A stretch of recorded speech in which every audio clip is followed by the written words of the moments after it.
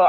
Tatanong ko lang po about dun sa mga inanyuan po na kasi po may nabasa po ako or may narinig din sa Bible na wag kang gumawa ng mga inanyuan na nasa langit or nasa taas. Ano po ba ang masasabi niyo po doon? Kung tingnan natin ang kapatid, ang Protestant na salin, Protestant commentary, Harper's Bible Dictionary, page 567, all idols are images but not all religious images are idols.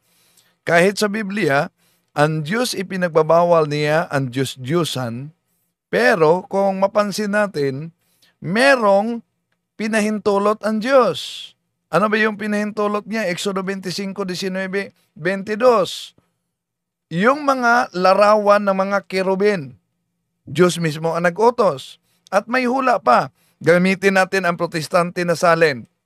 Isaiah chapter 56 verse 5. Then I will set up a monument in the area of my temple. Ano daw? I will set up a monument in the area of my temple. Ang tanong, wala bang altar, wala bang monumento para sa Panginoon? Protestant salin na din ang ating gagamitin.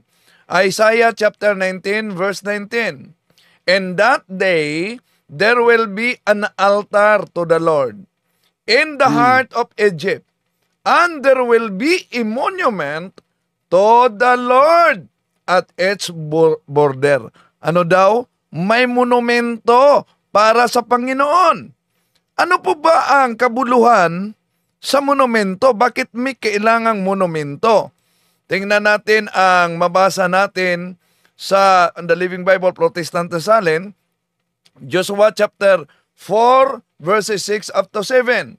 We will use them to build a monument so that in the future, when your children ask, what this monument for?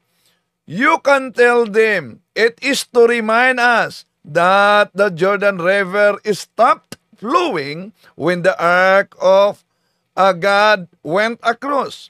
The monument will be a permanent reminder to the people of Israel of this amazing miracle. So, dito malinaw na hindi pala lahat ng mga monumento ang ipinagbabawal ng Diyos. May monumento sa Panginoon at may paalala. Ang tanong, galit ba ang Diyos sa Diyos-Diyosan? Yes. Pero kung ating gagalangin ang mga banal, mag-glorify ba natin ang Diyos? 2 Thessalonians chapter 1 verse 10.